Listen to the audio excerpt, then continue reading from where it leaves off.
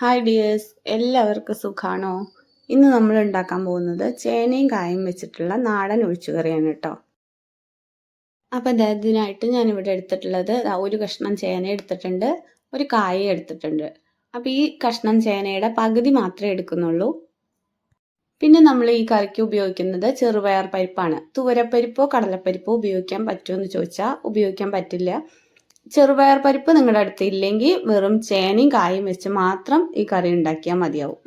അപ്പോൾ നമ്മൾ ചേനയും കായൊക്കെ ഇതുപോലെ നുറുക്കിയെടുത്തിട്ടുണ്ട്. എന്നിട്ട് നമ്മൾ ഒരു കുക്കറിലോട്ട് പരിപ്പും 2 സ്പൂൺ പരിപ്പാണ് കേട്ടോ ഇത് അളവ് എടുത്തിട്ടുള്ളത്.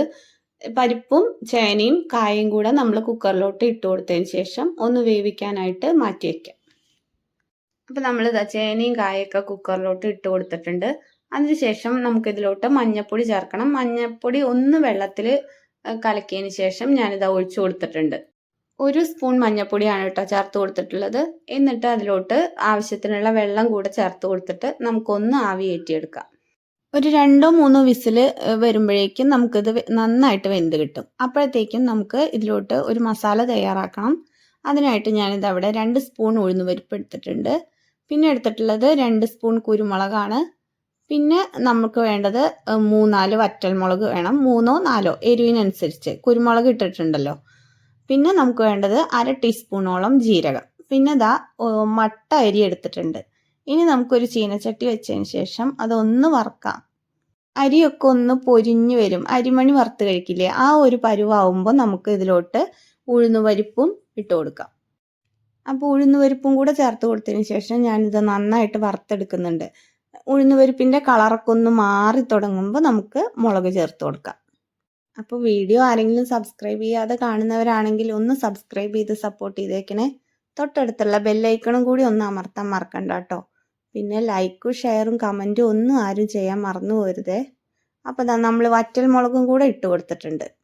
അപ്പോൾ വറ്റൽമുളകും കൂടെ ഇട്ട് കൊടുത്തിട്ട് ഒന്ന് ചൂടായി വന്നപ്പോൾ ഞാനിതാ കുരുമുളകും ജീരകവും കൂടെ ചേർത്ത് നന്നായിട്ടൊന്ന് വറുത്തെടുക്കുന്നുണ്ട്. മട്ട അരിയുടെ അളവ് നമ്മൾ 1.5 സ്പൂൺ വീതമാണ് എടുത്തിട്ടുള്ളത്. വലിയ സ്പൂണിന് 1.5 സ്പൂൺ. അപ്പോൾ ഈ മസാലകളൊക്കെ ഒന്ന് മൂത്ത് വന്നപ്പോൾ ഞാനിതാ ഒരു മുറി നാളികേരം ചിരകിയതും കൂടി ഇട്ട് കൊടുത്തിട്ട് നന്നായിട്ടൊന്ന് വറുത്തെടുക്കുന്നുണ്ട്. നാളികേരം നല്ല മുരിഞ്ഞ് വരണം, ബ്രൗൺ കളർ ആവുന്നത് വരെ ഒന്ന് മുരിച്ചെടുക്കാം നമുക്ക്. അപ്പോൾ ഈ കറിയിൽ നമ്മൾ നാളികേരമൊക്കെ വറുത്തിട്ടാണ് ചേർത്തിട്ടുള്ളത്. ഇതിൽ നമ്മൾ ഒട്ടും പുളി ഒഴിക്കുന്നില്ല. ഇനി നിങ്ങൾക്ക് പുളി വേണം തോന്നിയാൽ തന്നെ ഒരു 2-3 സ്പൂൺ തൈര് ഒഴിച്ച് ചേർത്താൽ മതിയാവും. ഇപ്പം ഞാനിവിടെ പുളി ഒന്നും ചേർത്തിട്ടില്ല കേട്ടോ. തൈര് മാത്രമേ ചേർക്കാവുള്ളൂ, അല്ലാതെ വാളംപുളിയോ മാങ്ങയോ ഒന്നും ചേർത്തേക്കരുത്. അപ്പം നമ്മുടെ നാളികേരമൊക്കെ അവിടെ നന്നായിട്ട് മുരിഞ്ഞു വന്നിട്ടുണ്ട്. ഇതാ കണ്ടില്ലേ, ഇതുപോലെ ആയി വന്നിട്ടുണ്ട്. ഇനി നമുക്ക് ഇതൊന്ന് തണുത്തതിന് ശേഷം ഒരു മിക്സിയുടെ ജാറിലോട്ട് ഇട്ട് കൊടുത്തിട്ട് ഒന്ന് നന്നായിട്ട് അരച്ചെടുക്കാം. അപ്പോഴത്തേക്കും നമ്മൾ വേവാനായിട്ട് മാറ്റി വെച്ചിരിക്കുന്ന ചേനയും കായും പരിപ്പും എല്ലാം അവിടെ നന്നായിട്ട് വെന്ത് കിട്ടിയിട്ടുണ്ട്. ഇനി നമുക്കിതൊന്ന് കയ്യിൽ വെച്ചിട്ട് നന്നായിട്ടൊന്ന് ഉടച്ചു കൊടുത്തതിന് ശേഷം സ്റ്റൗവിൽ വെച്ച് കൊടുക്കാം. എന്നിട്ട് നമ്മുടെ അരപ്പും കൂടെ ചേർത്ത് ഒന്ന് നന്നായിട്ട് ഇളക്കി കൊടുക്കണം. അപ്പോൾ ചേനയും കായൊക്കെയാണ്. അപ്പം ആ മിക്സി കഴുകിയ വെള്ളം കൂടെ ഞാൻ ഒഴിച്ചു കൊടുത്തിട്ടുണ്ട്. ഇപ്പം നമുക്ക് കറിക്ക് ആവശ്യമായിട്ടുള്ള വെള്ളം കൂടെ ഒഴിച്ചു കൊടുക്കണം. ചേനയും കായൊക്കെ ആയതുകൊണ്ട് തന്നെ വെള്ളം കുറുകി വരും കേട്ടോ. ഈ സമയത്ത് നമുക്ക് ആവശ്യത്തിനുള്ള ഉപ്പും കൂടെ ചേർത്ത് കൊടുത്തിട്ട് വെള്ളമൊക്കെ പാകത്തിന് ഒഴിച്ച് നമുക്ക് തിളപ്പിച്ചെടുക്കാം.